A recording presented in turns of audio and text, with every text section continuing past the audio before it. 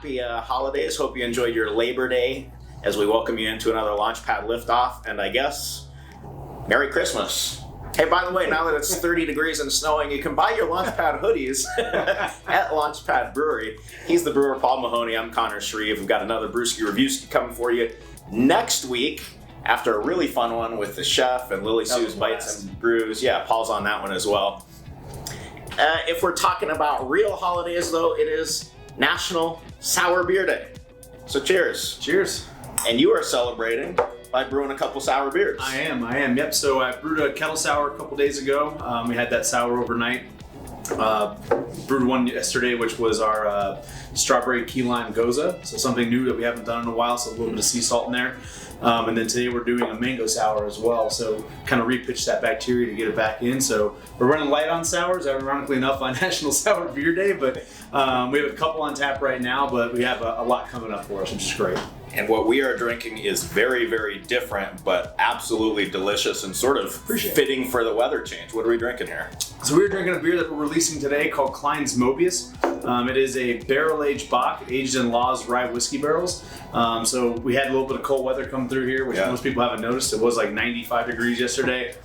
Now there's snow on the ground, which is kind of freaking me out. So let's put a barrel-aged beer out there and get a little toasty. Yeah, welcome to Colorado.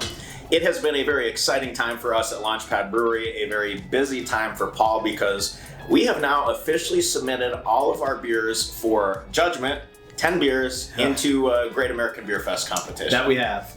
So let's talk a little bit about beer judging. I think people who aren't necessarily familiar with competitions don't know how it works, but your beer goes through a very rigorous, very, I guess I would say, standardized sort of process as it makes its way towards getting a medal or being kicked out of competition. Correct. So there's 90 categories this year at Great American Beer Fest. They've actually shrunk it down from about, I want to say it was 107 last year. So cutting 17 categories means a lot of categories get a lot more entries in those. So basically what will happen is that there'll be a set of 3 judges per category. Some categories will have a lot more, but some of the basic categories will be very, very simple. And the judges will get 10 beers in front of them. There's no flight control. They basically just do whatever's in front of them. They can move them if they want. And then they judge them. And they basically take the top 2 out of that 10 and then kick everything else off the table. And then they keep going round for round and they take all those ones that advanced and see how far they go. And it's not necessarily a good beer that wins, right? It's a beer that is to style. What does that mean? Well, I've heard 2 conflicting aspects of that. There's beers that are absolutely 100% the style that do win medals at GABF, but I've heard from a few judges that basically take the style guidelines and just push the envelope a little bit. So they like to see things that evolve. Otherwise, most of the beers would basically be very, very similar if everyone just followed the guidelines. Right. So they're looking for something a little bit outside the box, but nothing too crazy where it doesn't meet the guidelines close enough. Okay. Yeah, this arrived earlier today. It's our medal from last year, the Peacekeeper Porter. We're trying to win another one of those. We got 5 more beers allowed this year than we did last year. So what did you enter? So this year we've entered quite a few categories. We have our Pumpkin Patty barrel-aged version, which is going to competition. We also have our Cuban Missile Crisis, which is our coffee blonde.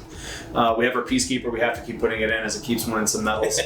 Aryan 6, which is our Belgian IPA. It's going in the American Belgo category. 4D Chess in the Wood Age, which is our white oak aged IPA, American IPA.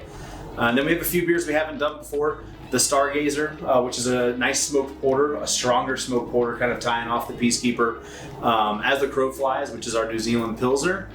Klein's Mobius, which we're drinking today. We had a little bit that was not barrel aged that we tucked away that the staff have been drinking the whole time. We love the way it tasted by itself, so we threw that into competition in the Bock category.